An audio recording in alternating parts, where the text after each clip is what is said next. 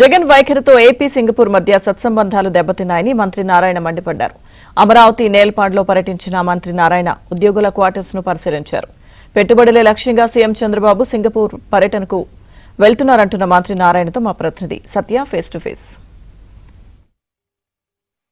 ఆంధ్రప్రదేశ్ ప్రభుత్వం సింగపూర్ పర్యటన చేయబోతుంది. ప్రభుత్వ పెద్ద ముఖ్యమంత్రి చంద్రబాబు అదేవిధంగా మంత్రుల బృందం సింగపూర్ వెళ్లి రాష్ట్రానికి ఎటువంటి పెట్టుబడులు తీసుకురాబోతున్నారు, అదేవిధంగా అమరావతి విషయంలో ఏం జరగబోతుంది అనేది మనతో మాట్లాడిన మంత్రి నారాయణ గారు ఉన్నారు. సార్ చెప్పండి, సింగపూర్ ప్రభుత్వంతో కలిసేందుకు వెళ్తున్నారు, అక్కడ ఇన్వెస్టర్స్ ను కూడా కలవబోతున్నారు. రాష్ట్రానికి అంటే అమరావతి ప్రాంతానికైనా మిగతా ప్రాంతాలకు కూడా పెట్టుబడులు వచ్చే అవకాశం ఉంది. ఒక అమరావతి తోటే రాష్ట్రంలో ఉన్న 26 జిల్లాల్లో పెట్టుబడి పెట్టడానికి డిఫరెంట్ కంపెనీస్ని డిఫరెంట్ ఇన్వెస్టర్స్ని యాక్చువల్గా ఇన్వైట్ చేసి ఇన్వెస్టర్స్ మీట్ పెట్టి వాళ్ళతో డిస్కస్ చేయడం అని కొందరితో ముఖ్యమంత్రి గారు 1-to-1 మాట్లాడతారు, కొందరితో యాక్చువల్గా ఇన్వెస్టర్స్ మీట్ పెట్టి చేస్తారు.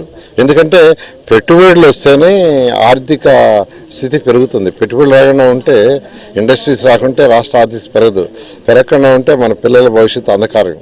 అందుకనే ముఖ్యమంత్రి గారు కానీ ఈరోజు యువ నాయకుడు లోకేష్ కానీ ఎక్కువ ప్రయారిటీ దానికి ఇస్తూ మ్యాక్సిమం నెంబర్ ఆఫ్ ఇండస్ట్రీస్ రావాలి, ఈ రాష్ట్రంలో ఇండస్ట్రీస్ రావాలి, ఉన్న యువతకంతా ఉద్యోగాలు రావాలి, వాళ్ళ ఆర్థిక స్థితి పెరగాలి, వాళ్ళ ఆర్థిక స్థితి పెరిగితే ఆటోమేటిక్గా రాష్ట్ర ఆర్థిక స్థితి పెరుగుతుందని దానికి హై ప్రయారిటీ ఇస్తున్నారు. ఆ నేపథ్యంలోనే ఈరోజు సింగపూర్కి యాక్చువల్గా ప్లాన్ చేయడం జరిగింది. 6 రోజులు ఉంటున్నారు సింగపూర్లో, ఏమేమి ముఖ్యమైన అంశాలు అక్కడ చర్చించబోతున్నారు అక్కడ ఉన్న ఇన్వెస్టర్స్తో కానీ ప్రభుత్వంతో కానీ? ఒకటండి, యాక్చువల్గా ప్రభుత్వంతో మెయిన్గా ఏంటంటే ఆ రిలేషన్ ఏదైతే రిలేషన్ నెగిటివ్ వచ్చిందో దాన్ని పాజిటివ్ చేయడం కోసం పోతున్నారు ముఖ్యమంత్రి గారు తీసుకుపోతున్నారు. అదేవిధంగా డిఫరెంట్ ఇన్వెస్టర్స్, సింగపూర్ అంటే యాక్చువల్గా వెల్ నోటెడ్, ఎందుకంటే ప్రపంచంలో చిన్న సిటీ అయినా అది యాక్చువల్గా 750 చదరపు కిలోమీటర్లు ఉండే కంట్రీ. మన విశాఖపట్నం కార్పొరేషన్ 650, ఆల్మోస్ట్ 2 దగ్గర. ఇది కార్పొరేషను, అది కంట్రీ అయినా ఎకనామిక్గా బాగా డెవలప్ అయిన కంట్రీ. అందువల్ల వాళ్ళ బెస్ట్ ప్రాక్టీసెస్ కూడా మనం తీసుకోవటం మంచిది. అక్కడ ఇన్వెస్టర్స్ ఎక్కువ మంది ఉంటారు, ఎందుకంటే అది పోర్ట్ సిటీ యాక్చువల్గా, వాళ్ళకి వెల్ ఎస్టాబ్లిష్డ్ పోర్ట్. అందువల్ల ఏంటంటే ఇండస్ట్రీస్ ఎవరైతే ఉన్నారో వాళ్ళతో మీట్ చేసి వాళ్ళందరినీ రిక్వెస్ట్ చేసి ఇక్కడికి రమ్మని ఇక్కడ పెట్టుబడి పెట్టేందుకు చేయడమే ముఖ్య ఉద్దేశం. ఈరోజు ఎన్జిఓ హోమ్స్ కావచ్చు, ఈ బిల్డింగ్స్ అన్ని కూడా మీరు సందర్శించారు, ఎలా ఉన్నాయి, పనులు ఎంతవరకు వచ్చినాయి? అంటే యాక్చువల్గా అధికారుల కోసం 4000 అపార్ట్మెంట్లు యాక్చువల్గా అప్పుడు కన్స్ట్రక్షన్ స్టార్ట్ చేస్తామండి. ఆల్మోస్ట్ 85% అయింది. బ్యాలెన్స్ కొద్దిగా స్లాబ్లు వేయాలి. ఆ స్లాబ్లు కూడా December 31st అయ్యేటట్టుగా వాళ్ళు ప్లాన్ ఇచ్చారు. తర్వాత ఫినిషింగ్స్ అవన్నీ కూడా March 31st అంటే సైమల్టేనియస్గా ఫినిషింగ్ జరుగుతుంది. ఎందుకంటే ఏదైతే స్లాబ్స్ అయిపోయినాయో లోపల నేను చూశాను యాక్చువల్గా, ఇవన్నీ కూడా 31st March లోపల కంప్లీట్ చేసి అధికారులకు హ్యాండ్ ఓవర్ చేయడం జరుగుతుంది. రైతులకు సంబంధించి వాళ్ళకి ఇచ్చిన ఫ్లాట్లలో రోడ్స్ కానీ ఇతర ఎమ్యూనిటీస్ కానీ ఎప్పటిలో కంప్లీట్ అవుతాయంట?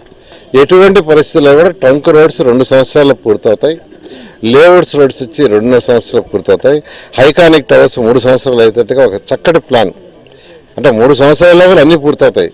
అయితే ట్రంక్ రోడ్స్ ఏదైతే 360 కిలోమీటర్లు ఉన్నాయో అవి ఖచ్చితంగా 2 సంవత్సరాలు పూర్తవుతాయి. లేఅవుట్స్ మాత్రం 2.5 సంవత్సరం, ఏదైతే ఐకానిక్ టవర్స్ 3 సంవత్సరాలు పూర్తయితే పక్కా ప్రణాళికతో ముందు పోతాం. Okay sir, thank you.